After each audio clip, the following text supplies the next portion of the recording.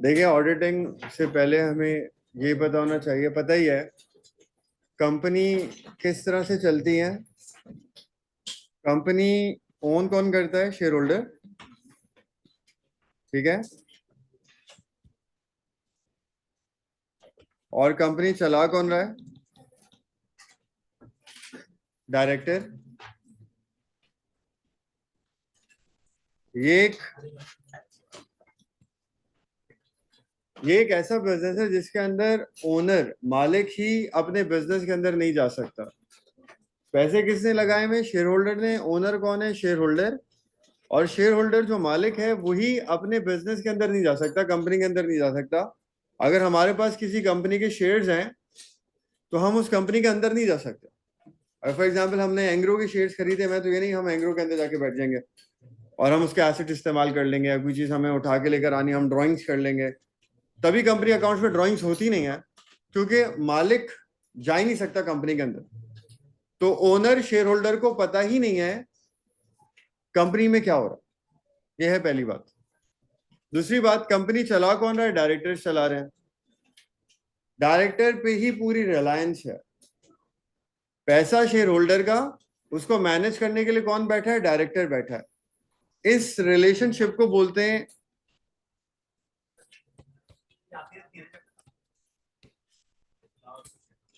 है बता दो। तो डायरेक्टर बेसिकली स्टीवर्ड वाला काम कर रहा है।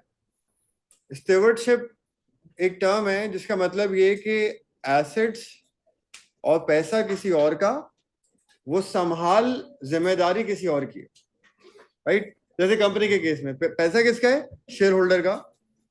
संभाल कौन रहा है? डायरेक्टर। डायरेक्टर को करना क्या है? उस पैसे से प्रॉफिट कमा कर देना है शेयर होल्डर्स को, ठीक है। अब सबसे पहला जो मसला आता है इस बिजनेस के अंदर वो ये आता है कि शेयर होल्डर को पता ही नहीं है बिजनेस में क्या चल रहा है, क्योंकि वो बिजनेस में आ ही नहीं पा रहा ना।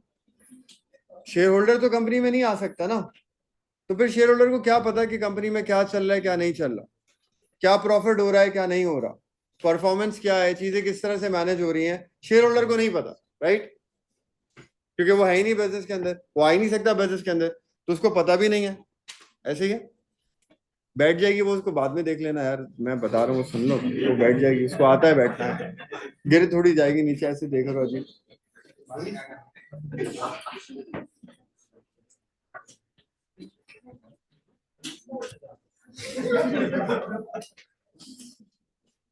देखिए डायरेक्टर्स क्या करते हैं,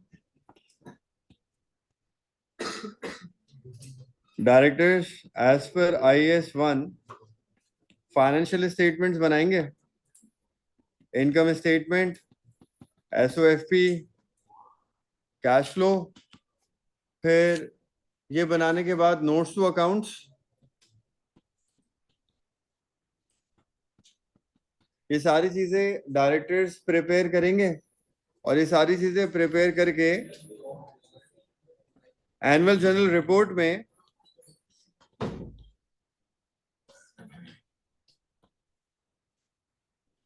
इधर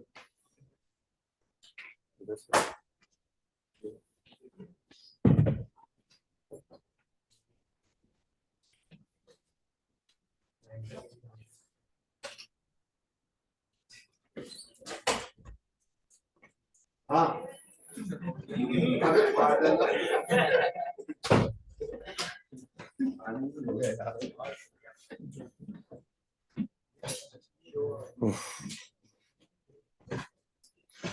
एक एनुअल जनरल रिपोर्ट बनेगी, एनुअल जनरल रिपोर्ट पब्लिश होगी। इस बात का भी पता है कि एनुअल जनरल रिपोर्ट कब बनती है? साल खत्म अगर 31 दिसंबर को हो रहा है तो 31 दिसंबर को नहीं बनती, 2-3 महीने लग जाते हैं। और रिपोर्टिंग डेट क्या है हमारी? 31 दिसंबर रिपोर्टिंग डेट है, सही। तो रिपोर्टिंग डेट है 31 दिसंबर।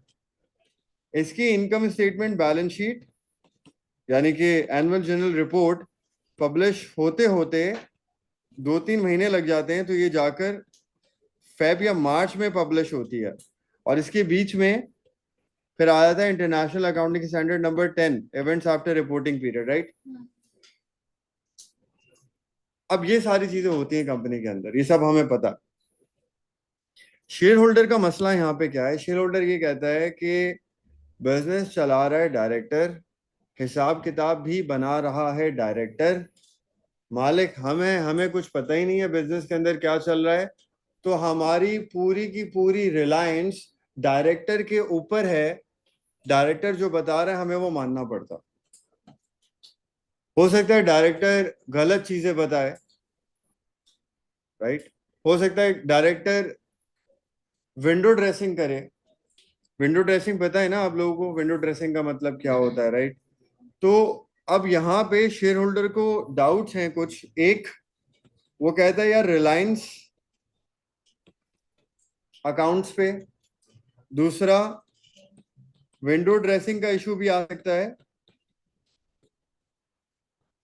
तीसरा, इंटरनेशनल अकाउंटिंग स्टैंडर्ड्स के हिसाब से उसने काम किया या नहीं किया, फाइनेंशियल स्टेटमेंट्स एज पर आईएएस बनी है या नहीं, आईएएस से कंप्लाइंस करी है या नहीं करी है।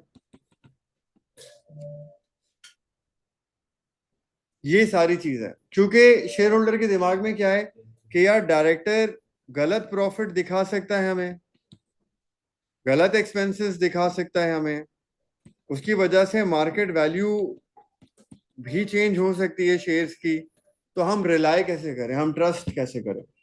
तो सबसे बड़ा मसला यहाँ पर ट्रस्ट का है शेयर होल्डर के। और जब शेयर होल्डर ट्रस्ट नहीं करेगा तो वो अकाउंट्स पे रिलाई नहीं करेगा, जब वो अकाउंट्स पे रिलाई नहीं करेगा तो वो इन्वेस्टमेंट ही नहीं करेगा कंपनी के अंदर, वो शेयर्स ही नहीं खरीदेगा, तो कंपनी होने का मकसद ही खत्म हो जाएगा। फिर आप सोल ट्रेडर और पार्टनरशिप भी चलाते रहो, कंपनी चलाने का फायदा क्या। ये कुछ मसले मसाइल हैं कंपनी के अंदर।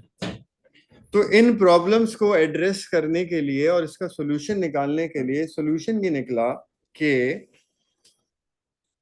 जो कंपनी के डायरेक्टर्स अकाउंट्स बनाते हैं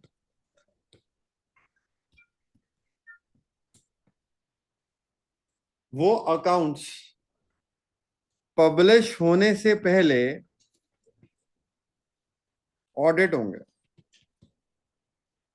अच्छा, दो तरह का ऑडिट होता है, एक होता है एक्सटर्नल ऑडिट, एक होता है इंटरनल ऑडिट।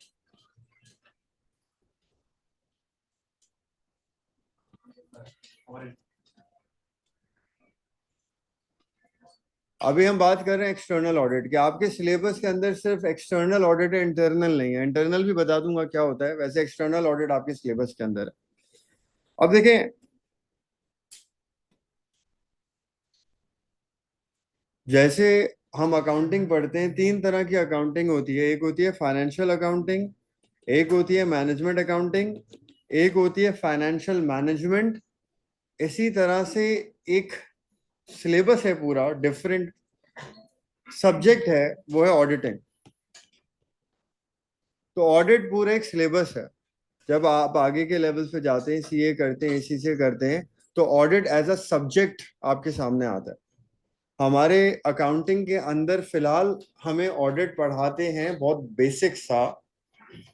इसको एज अ सब्जेक्ट नहीं पढ़ाया जाता, हमें ऐसा लगता है ये अकाउंटिंग का पार्ट है, लेकिन ये एक अलग सब्जेक्ट है। ऑडिट ऑडिट एक अलग फील्ड है, फाइनेंशियल अकाउंटिंग से कनेक्टेड है, लेकिन ये एक डिफरेंट चीज है।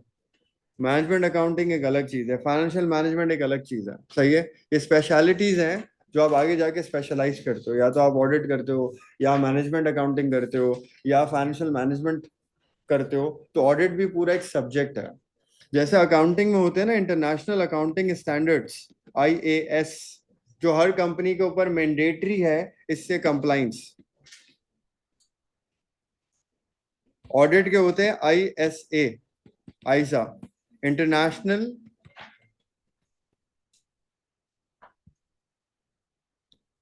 International standards of auditing.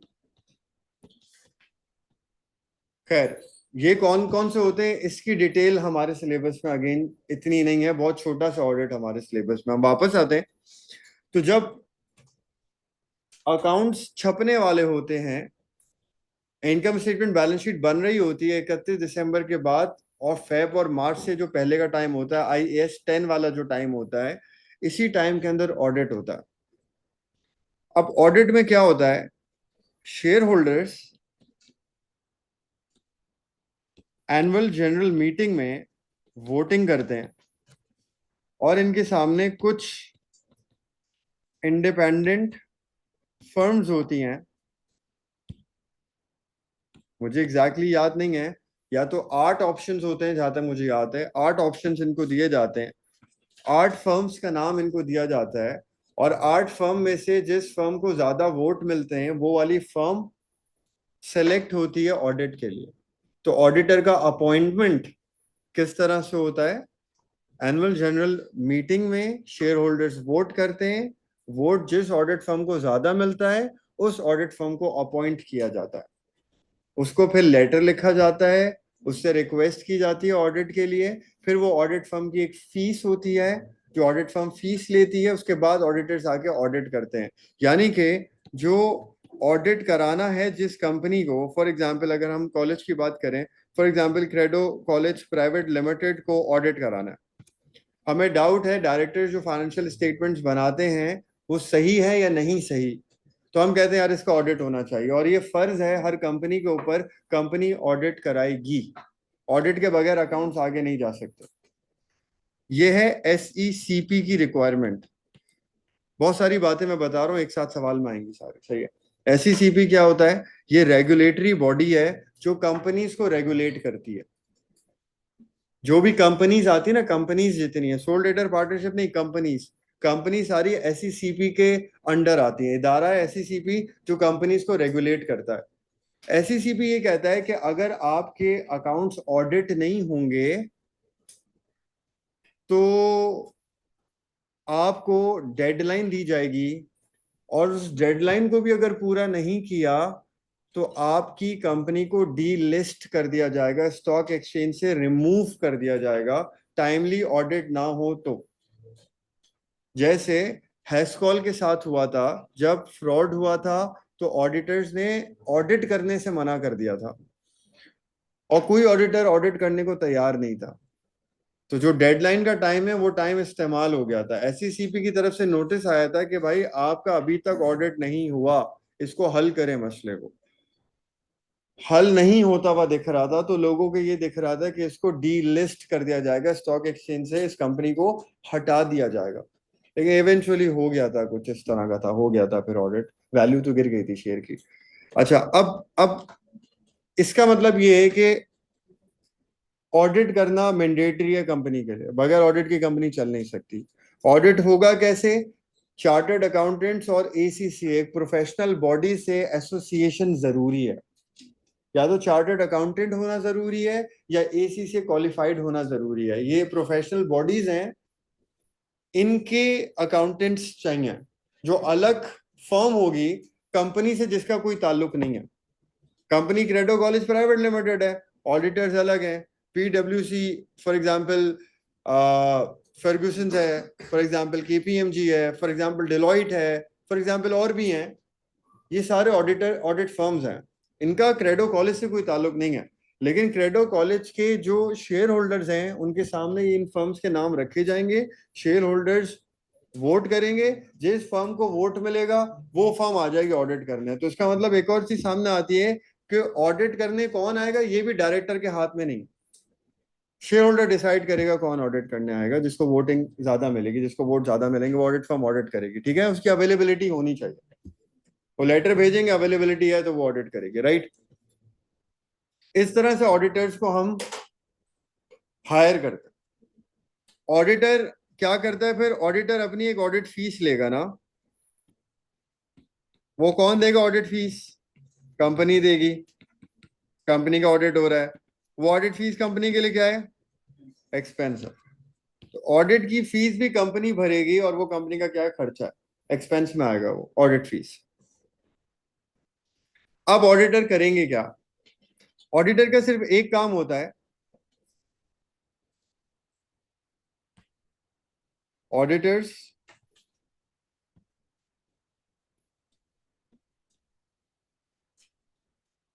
अपना एक ओपिनियन देते हैं बस, कंपनी के बारे में, कंपनी के बारे में नहीं, कंपनी के फाइनेंशियल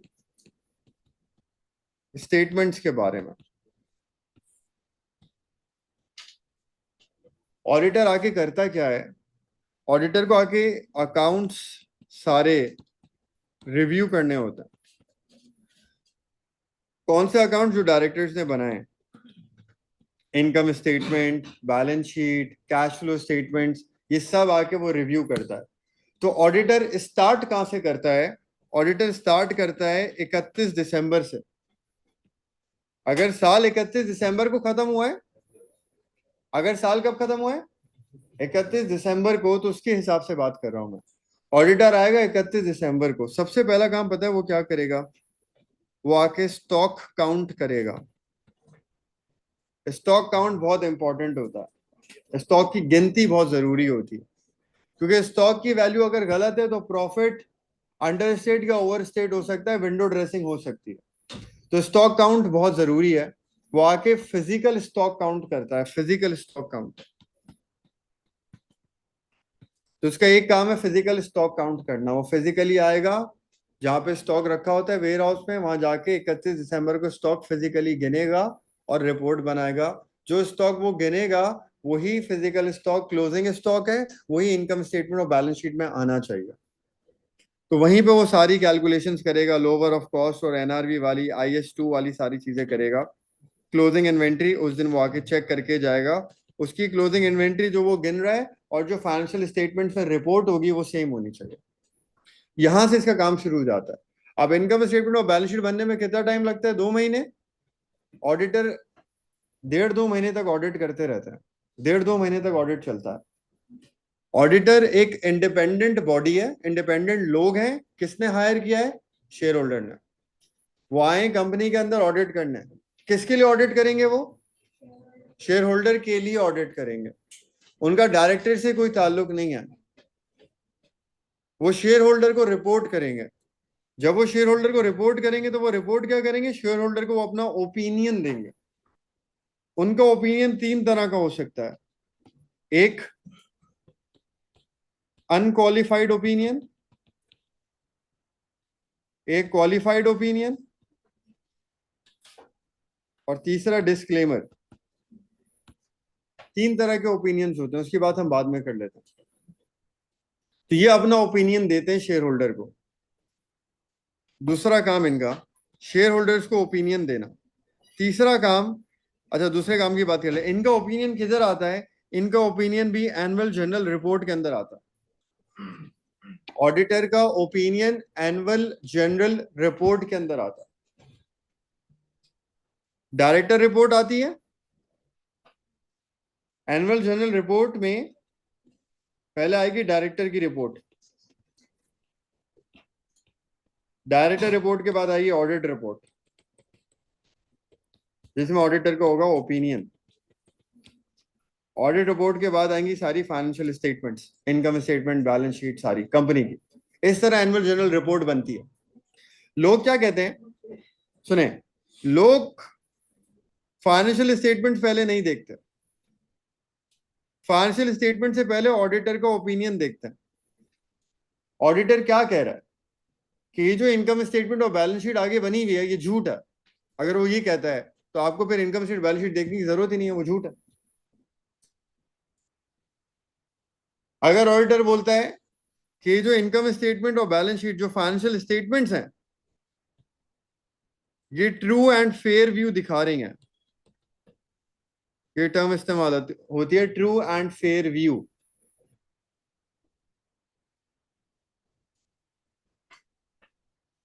नो मटीरियल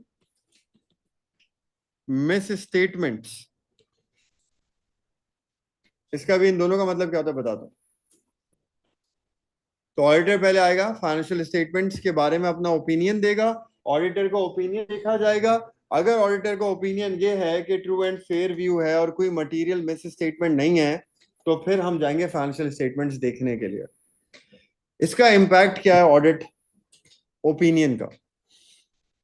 अगर ऑडिटर का ओपिनियन ये है, फॉर एग्जांपल मैं आपको कहता हूं, ऑडिटर कहता है यार फाइनेंशियल स्टेटमेंट सही नहीं है, और आप शेयर होल्डर हो या आप शेयर होल्डर बनने वाले हो, आप उस कंपनी के शेयर खरीदने वाले हो, और आप ऑडिटर को ओपिनियन ये देखते हो कि ऑडिटर ओपिनियन दे रहा है कि यार ये फाइनेंशियल स्टेटमेंट ठीक नहीं है, तो आप क्या करोगे? आप शेयर नहीं खरीदोगे, राइट? दूसरा, आप क्या सोचोगे? आप ऑडिटर का ये ओपिनियन देख के क्या सोचोगे? किसने फ्रॉड किया है? फ्रॉड करने की क्या जरूरत पड़ी है? कोई अकाउंट सही नहीं है, कुछ गलत पिक्चर दिखाना चाह रहे हैं, राइट? तो इसीलिए उन्होंने मिस स्टेटमेंट्स करी हैं, फ्रॉड किया है, हिसाब किताब गलत है। तो ऐसी कंपनी से दूर रहना बेहतर है। अगर आपके पास ऑलरेडी शेयर्स होंगे उस कंपनी के, तो आप बेच के निकलोगे उस कंपनी में से बाहर, और अगर आप शेयर खरीदना चाह रहे थे उस कंपनी के, तो आप शेयर नहीं खरीदोगे उस कंपनी के। तो दोनों केसेस के अंदर क्या होगा, अगर आप पहले से शेयर होल्डर हो तो आप अपने शेयर सेल करने जाओगे, और अगर आप पहले से शेयर होल्डर नहीं हो, आप शेयर खरीदने वाले हो, तो आप नहीं खरीदोगे। तो दोनों केसेस में क्या होगा, शेयर्स की सप्लाई बढ़ेगी स्टॉक एक्सचेंज के अंदर, बेचने वाले आ जाएंगे शेयर बेचने के लिए, लेकिन खरीदने वाले मौजूद नहीं होंगे वो शेयर, तो प्राइस फौरन से मार्केट प्राइस नीचे जाएगी। तो ऑडिटर का ओपिनियन बहुत ज्यादा इन्फ्लुएंस करता है, बहुत ज्यादा इन्फ्लुएंस करता है शेयर्स की मार्केट प्राइस को, बहुत ज्यादा इन्फ्लुएंस करता है, थोड़ा भी नहीं, बहुत ज्यादा। ऑडिटर का ओपिनियन बहुत मैटर करता है। जो ऑडिटर का ओपिनियन होता है उसके हिसाब से मार्केट प्राइस फ्लक्चुएट करती है। अगर ओपिनियन एडवर्स है, जिसको मैंने डिस्क्लेमर लिखा है, एडवर्स है, तो मार्केट प्राइस बहुत तेजी से नीचे जाती है।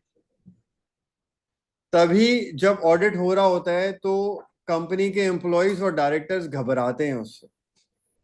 भाई एक आदमी आ रहा है ऑडिट करने, अब मैं उससे घबरा रहा हूं, मुझे क्या घबराने की जरूरत है? वो क्या कर लेगा?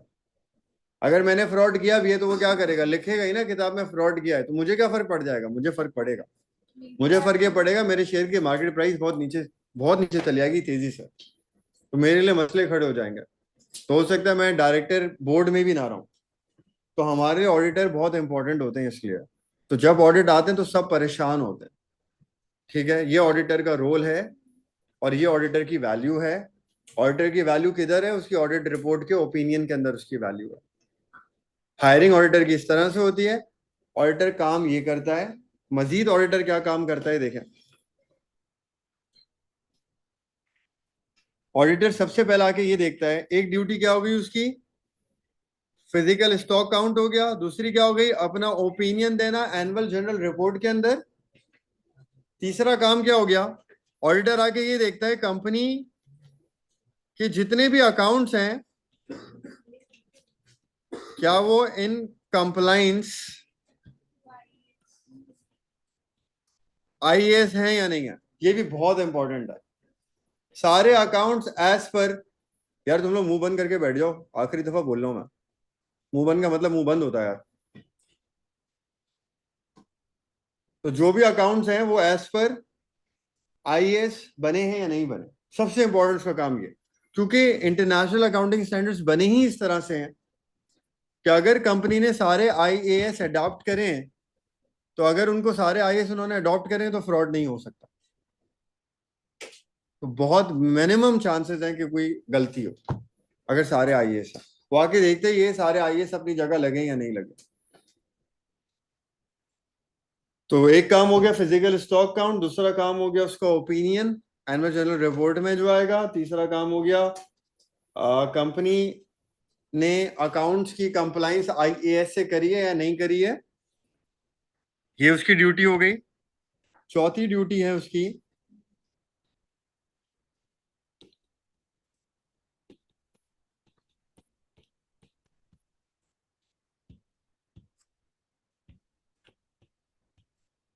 Analytical procedures.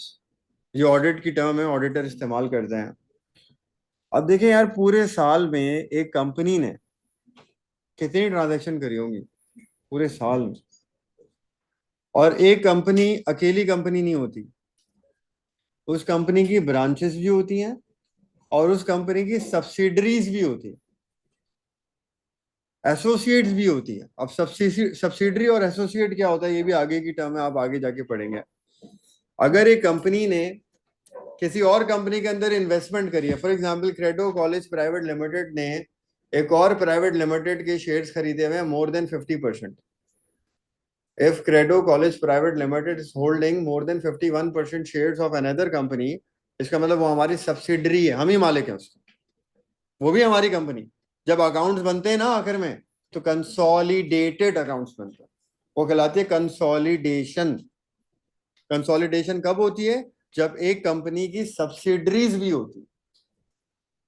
तो अगर हमारी और कंपनीज के अंदर होल्डिंग्स हैं मोर देन 51%, तो वो हम उसके भी मालिक हैं. अकाउंट्स जो हमारे बनेंगे वो मिलकर बनेंगे. तो आप सोचिए अकाउंट्स कितने ज्यादा हो जाएंगे. बेशक हम 50-52% के मालिक हैं, लेकिन अकाउंट्स उसके हम मिलाकर बनाएंगे अपने साथ. एक इनकम स्टेटमेंट बैलेंस शीट बनेगी मिलकर. और कुछ होती है एसोसिएट्स. एसोसिएट्स क्या होती है? 51% या 50% हमारी कम होल्डिंग है कुछ कंपनीज के अंदर, वो हमारी एसोसिएट्स हैं, उसकी भी अकाउंट्स मिलकर बनता है. तो ये सारी कंसोलिडेशन कहलाती है. तो आप सोचिए नंबर ऑफ ट्रांजैक्शंस कितनी हो गई, कितनी ट्रांजैक्शंस हो गई. और कंपनी की ट्रांजैक्शन मिलियंस की, बिलियंस की, रोज की ट्रांजैक्शन, पूरे साल की ट्रांजैक्शन, वो सब आके ऑडिटर को देखनी है. तो वो कैसे देख सकता है? इतनी चीजें कैसे देख सकता है? और वो जब चेक करता है ना, तो ये चेक करता है कि रसीद पे क्या लिखा था, कि अकाउंट के अंदर क्या गया, इनकम स्टेटमेंट बैलेंस शीट में फिर क्या गया. जो रसीद पे लिखा था, इनवॉइस, रसीद पे जो लिखा था, क्या वही फाइनेंशियल स्टेटमेंट में वैल्यू गई है या नहीं गई है. तो रसीदें देखना, फिर टी अकाउंट्स देखना, फिर इनकम स्टेटमेंट बैलेंस शीट में वो अमाउंट गई है वो देखना, और वो एज पर आईएएस की ट्रीटमेंट है या नहीं है वो देखना. बहुत ज्यादा काम है, बहुत ज्यादा काम. तो ऑडिटर 100% चीजें नहीं देखता. ऑडिटर क्या करता है? ऑडिटर रैंडम चेक करता है. कितना रैंडम चेक करना है, ये ऑडिटर डिटरमिन करता है जो पहले दिन बिजनेस के अंदर जाता है. जब ऑडिटर को हम हायर करते हैं ना, वो बिजनेस के अंदर आता है, और वो बिजनेस के अंदर आकर बिजनेस को ऑब्जर्व करता है. ऑब्जर्व करना भी उसका काम है. कुछ दिन तो वो सिर्फ आके ऑब्जर्व करते हैं, और उस ऑब्जर्वेंस से वो डिसाइड करते हैं कितने ज्यादा एनालिटिकल प्रोसीजर्स करने या नहीं करने, किस हिसाब से यहाँ पे काम हो रहा है. अगर उनकी ऑब्जर्वेंस ये है कि बहुत तरीके से काम हो रहा है, तो उनको पता है हमें मेहनत कम करनी पड़ेगी. और अगर उनको लगा है कि यार यहाँ तो अंधाधुंध काम होता है, कोई चेक एंड बैलेंस ही नहीं है, कोई सिस्टम ऑफ कंट्रोल्स नहीं है. सिस्टम ऑफ कंट्रोल्स क्या होता है, ये इसकी बात भी, कोई सिस्टम ऑफ कंट्रोल्स नहीं है, तो उसको बहुत ज्यादा चेकिंग करनी पड़ेगी. तो फीस उसके बाद डिटरमिन होती है. तो ये होता है ISA, international standards of auditing 520 है शायद, I guess. Understanding the entity and its environment, ये काम है ऑडिटर का. एंटिटी को अंडरस्टैंड करना, उसके एनवायरनमेंट को अंडरस्टैंड करना, ऑडिट से पहले, प्रायर टू ऑडिट वो जाके ये समझता है जाके, ये भी उसकी ड्यूटी है, ऑब्जर्व करना जाके. और फिर वो रैंडम चेक करता है कि फॉर एग्जाम्पल मैं रैंडम चेक में कुछ रसीदें उठाता हूँ, रैंडमली रैंडमली रसीदें उठाऊंगा, और उसको चेक करूंगा वो टी अकाउंट्स में और इनकम स्टेटमेंट बैलेंस शीट में वो हैं या नहीं. हाँ, अगर रैंडमली चीजें सही होंगी तो मैं कहूंगा हाँ ठीक है. तो ऑडिटर इसका मतलब 100% चीजें नहीं देख रहा, तो गारंटी नहीं ले सकता ऑडिटर. ऑडिटर गारंटी नहीं लेता. तो ऑडिटर क्या करता है?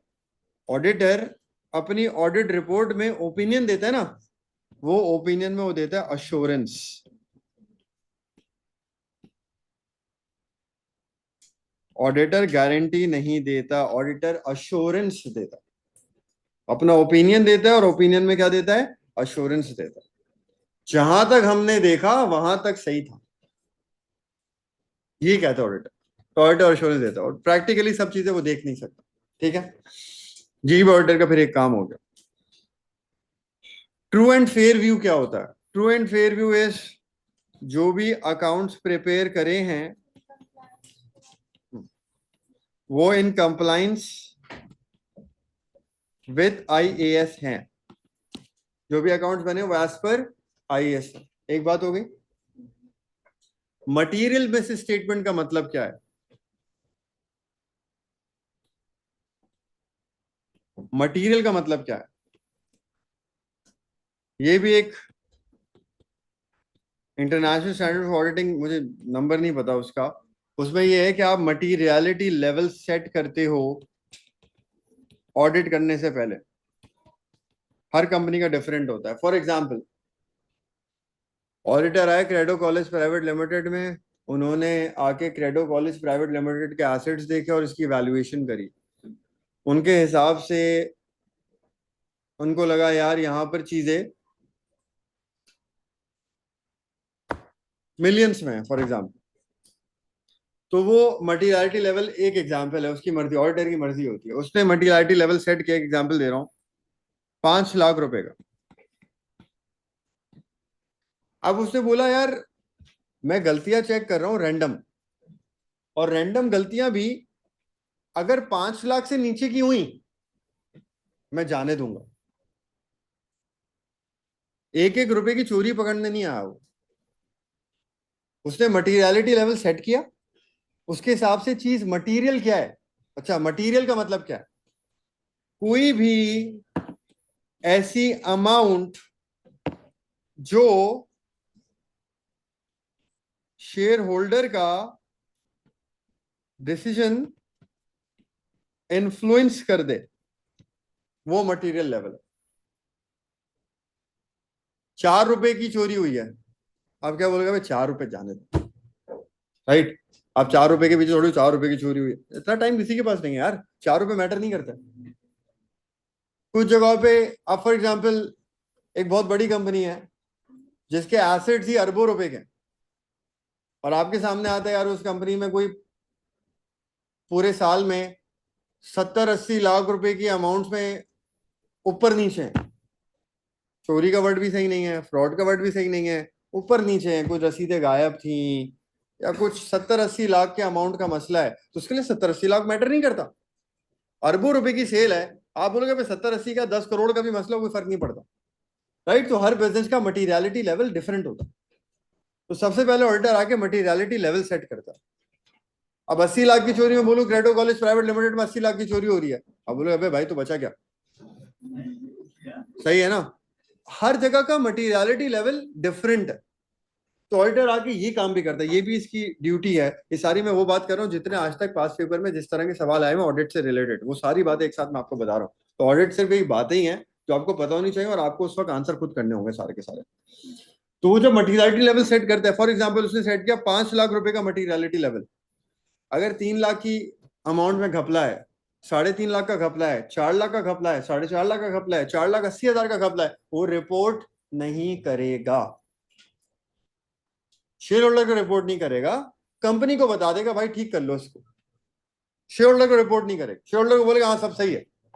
5 लाख से कम का मसला है तो, अगर अमाउंट 5 लाख से ऊपर हुई तो वो आ जाएगा इस वाली बात पे, मटीरियल मिस स्टेटमेंट कहलाएगी वो। मिस स्टेटमेंट है लेकिन कौन सी है? मटीरियल है। 5 लाख से ऊपर चली गई, 5 लाख हर जगह का लेवल नहीं है, मैं एग्जाम्पल दे रहा हूं 5 लाख का लेवल, सही है? तो ये मटीरियलिटी लेवल सेट करना उसको सबसे पहले जरूरी है। अच्छा, जो मटीरियलिटी लेवल सेट होता है वो ऐसा नहीं है कि डायरेक्टर फिर 4.5 लाख के फ्रॉड कर ले। डायरेक्टर कहता है यार सही है ना, 4.5 लाख के फ्रॉड करते हैं, इसने तो 5 लाख का मटीरियलिटी लेवल सेट किया है ना, सब 4.5 लाख का फ्रॉड कर रहे हैं, रिपोर्ट ही नहीं हो रहा, ऐसा नहीं है। ये 5 लाख का जो मटीरियल लेवल है ये होता है एग्रीगेट। एक 50,000 की गलती मिली, एक 70,000 की गलती मिली, जाने दिया, एक 80,000 की मिली, एक 30,000 की मिली, एक 25,000 की मिली, ये सब गलतियां जमा होती रहेंगी। ये सब मिलाकर 5 लाख से कम होनी चाहिए, सारी गलतियां मिला के 5 लाख से कम होनी चाहिए, तो वो मटीरियल मिस स्टेटमेंट नहीं है। अगर सारी गलतियां मिलाकर 5 लाख से ऊपर चली गई तो वो मटीरियल मिस स्टेटमेंट है, वो ऑडिट रिपोर्ट में शो होगा, वो ऑडिटर बताएगा फिर शेयर होल्डर।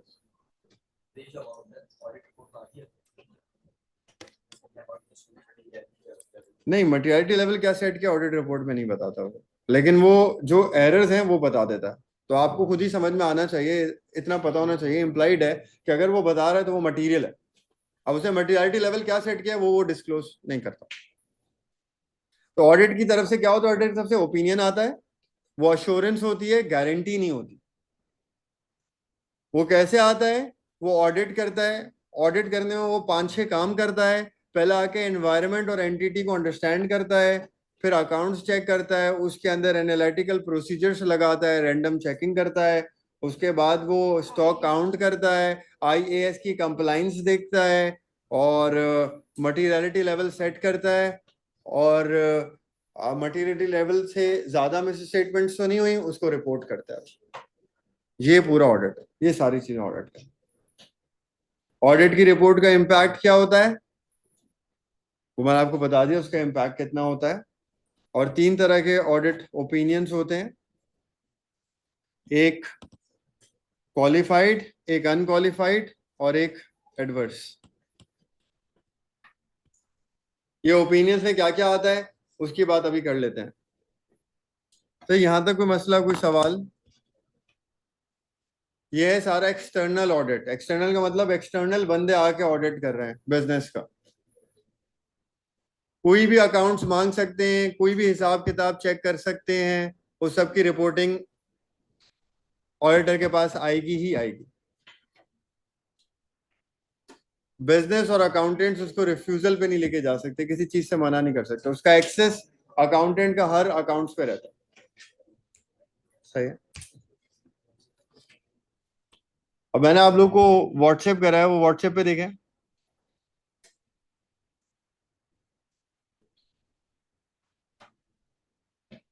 सबसे आखिरी पेज देखिएगा व्हाट्सएप पे जो भेजा है, last page.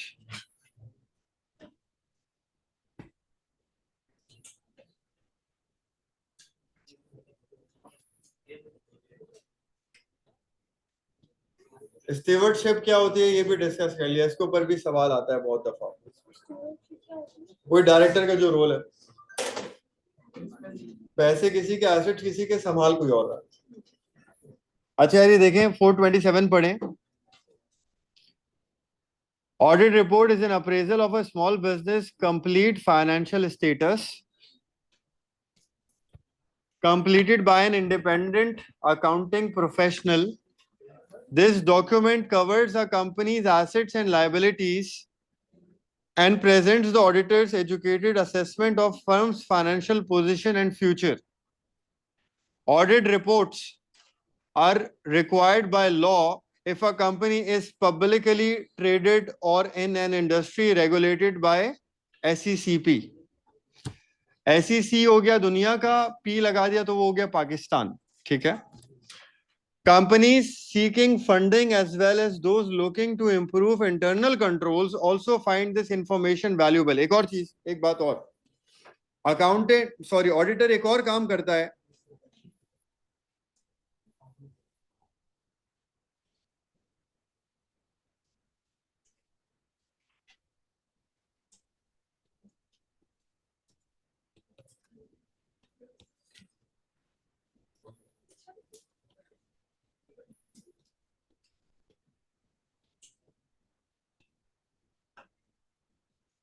System of controls बेहतर कैसे हो सकते हैं ये भी सजेस्ट करके जाता है, इसकी सजेशन भी देता है। ये एक और काम ऑडिटर, लेकिन ये किसको देता है? ये डायरेक्टर्स को देता है, मैनेजमेंट को देता है, शेयर होल्डर को नहीं बताता। इस काम के लिए उसको बुलाया नहीं है, लेकिन वो ये काम भी बता कर जाता है कि आप अपने सिस्टम ऑफ कंट्रोल्स कैसे बेहतर कर सकते हैं। सिस्टम ऑफ कंट्रोल्स होते क्या है? सिस्टम ऑफ कंट्रोल्स को बेहतर करना काम है इंटरनल ऑडिट का। इंटरनल ऑडिट क्या होता है? ये एक्सटर्नल ऑडिट था सारा। आप एक्सटर्नल लोग बुला रहे हो और ये एक्सटर्नल लोग आके एक्सटर्नल शेयर होल्डर के लिए काम कर रहे हैं। इंटरनल ऑडिट क्या होता है? इंटरनल ऑडिट एम्प्लॉय होता है, एम्प्लॉय कंपनी का एम्प्लॉय होता है इंटरनल ऑडिटर। वो कंपनी के अंदर देखता है कहाँ कहाँ लूप होल्स हैं, कहाँ चीजें बेहतर हो सकती हैं, कैसे फ्रॉड से चीजों को बेहतर, फ्रॉड से बचाया जा सकता है। कंट्रोल अकाउंट्स बना लिए, रिसीवेबल और पेएबल चेक हो गए, रिकंसिलिएशंस कर ली, चेकिंग हो गई, वो इंटरनल ऑडिटर का काम है। तो इंटरनल ऑडिटर क्या है? वो कंपनी का अपना एम्प्लॉय है, वो कंपनी के लिए काम करता है, डायरेक्टर के लिए काम करता है, और वो कोशिश करता है फ्रॉड और चोरियां होने से अकाउंट्स बच जाएं। वो इंटरनल ऑडिटर का काम है। और जो आखिर में ये एक्सटर्नल ऑडिटर आ रहे हैं, ये भी बता के जाते हैं, एक्सटर्नल ऑडिटर भी बता के जाते हैं कि हम इंटरनल अपने सिस्टम ऑफ कंट्रोल को मजीद बेहतर कैसे कर सकते हैं। सिस्टम ऑफ कंट्रोल में क्या आ गया? कंट्रोल अकाउंट्स हो गए, रिकंसिलिएशन हो गई, ये सब सिस्टम ऑफ कंट्रोल का पार्ट है। सही है, वापस पढ़े आगे। पहला ओपिनियन बताए, अनक्वालिफाइड ओपिनियन। अनक्वालिफाइड ओपिनियन क्या होता है? Often called a clean opinion. An unqualified opinion is an audit report that is issued when an auditor determines that each of financial records provided by business is free of any misrepresentation. In addition, an unqualified opinion indicates that financial records have been maintained in accordance with with standards known as GAAP. अच्छा, पहले ये वाली बात है ना, gap, ये America वगैरह में होता है गैप, वैसे हमारे यहाँ चलता है IAS पूरी दुनिया में। ब्रिटेन में भी IAS है, यहाँ पे भी IAS है, अमेरिका में कुछ जगहों पे गैप है। Gap is generally accepted accounting practices, generally accepted accounting practice. जैसे IAS है वैसे गैप है, तो आप गैप की टर्म को रिप्लेस करके IAS कर देना, हमारे लिए IAS चलता है। सही है। तो यार वो इन शॉर्ट अनक्वालिफाइड ओपिनियन का मतलब क्या है? Accounts are prepared in compliance with IAS. Accounts are showing true and fair view. True and fair view दिखा रहे हैं, ये वर्ड जरूरी होता है। True and fair view, true और फेयर, ट्रू और फेयर व्यू दिखा रहा है अकाउंट। और यहाँ क्या है? ये एज पर compliance with international accounting standards, कोई ऑब्जेक्शन नहीं। ये है अनक्वालिफाइड रिपोर्ट, सब सही है। अकाउंट्स में miss statements, material miss statements नहीं। फिर आगे बढ़े, दूसरा है क्वालिफाइड ओपिनियन। क्वालिफाइड ओपिनियन क्या है? In situation when a company's financial records have not been maintained in accordance with IAS, but no misrepresentation are identified. Qualified में ये होता है, एज सच कोई फ्रॉड नहीं है, लेकिन कुछ IAS की वायलेशंस हुई हैं, कुछ IAS की ऑडिटर के हिसाब से वायलेशन हुई। कौन सा IAS की वायलेशन हुई है वो बता देगा। बोला यार IAS 10 की वायलेशन करी है इन्होंने इस तरह से, वो रिपोर्ट में डालेगा। IAS 16 की वायलेशन हुई है इस तरह से। सही है, ये है क्वालिफाइड ओपिनियन। और एक है एडवर्स ओपिनियन। एडवर्स ओपिनियन का मतलब है फ्रॉड है और हो सकता है कंपनी आगे वाले सालों में बंद भी हो जाए। तो फ्रॉड के केस में जब मटीरियल मिस स्टेटमेंट्स होती है, मटीरियल, तो वो एडवर्स ओपिनियन देता है। और जब ये होता है कि कंपनी शायद बंद हो जाएगी, तो भी वो एडवर्स ओपिनियन देता है आगे जाकर। एडवर्स ओपिनियन पढ़ लें। The worst type of financial report that can be issued to a business is an adverse opinion. This indicates that the firm's financial records do not comply with IAS. In addition, financial records provided by business have been grossly misrepresented. Although this may occur by error, it is often as indication of fraud. When this type of report is issued, a company must correct its financial statements and have it re-audited, as investors, lenders and other requesting parties will generally not accept it. सही है। Disclaimer of opinion का मतलब क्या है? वो यहाँ पे disclaimer डालता है कि भाई हमने सिर्फ अश्योरेंस दी है, गारंटी नहीं दी। डिस्क्लेमर देख लें क्या है। On some occasions, an auditor is unable to complete an accurate audit report. This may occur for a variety of reasons, such as absence of appropriate financial records. When this happens, auditor issues a disclaimer of opinion, stating that an opinion of the firm financial status could not be determined. जब कुछ चीजों के records ही गायब हैं, auditor ये तो नहीं बोल सकता रिकॉर्ड गायब है तो चोरी हुई है, या वो अपना ओपिनियन नहीं बना पा रहा कि यार चोरी हुई है, मिसरिप्रेजेंटेशन हुई है, नहीं हुई है, क्या बताऊं, तो वो डिस्क्लेमर दे देगा। तो बेसिकली 4 तरह के ऑडिट रिपोर्ट्स हैं, बेसिकली 3 तरह की हैं, डिस्क्लेमर तो रेयर ही होता है। तो 3 तरह की ऑडिट रिपोर्ट्स हैं। किस केस में कौन सी ऑडिट रिपोर्ट दी जाती है ये भी हो गया, ऑडिट में पूरा क्या होता है ये सारी बात होगी। सही है। अब पास पेपर में कैसे सवाल आते हैं और उसके सोल्यूशन क्या है, मैं वो भेज रहा हूँ ग्रुप पे, देखें जो आए मैं आज तक।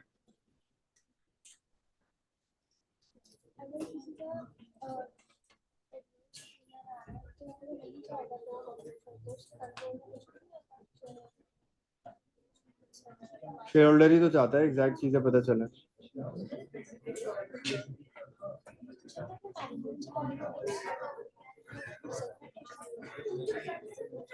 सजेशन,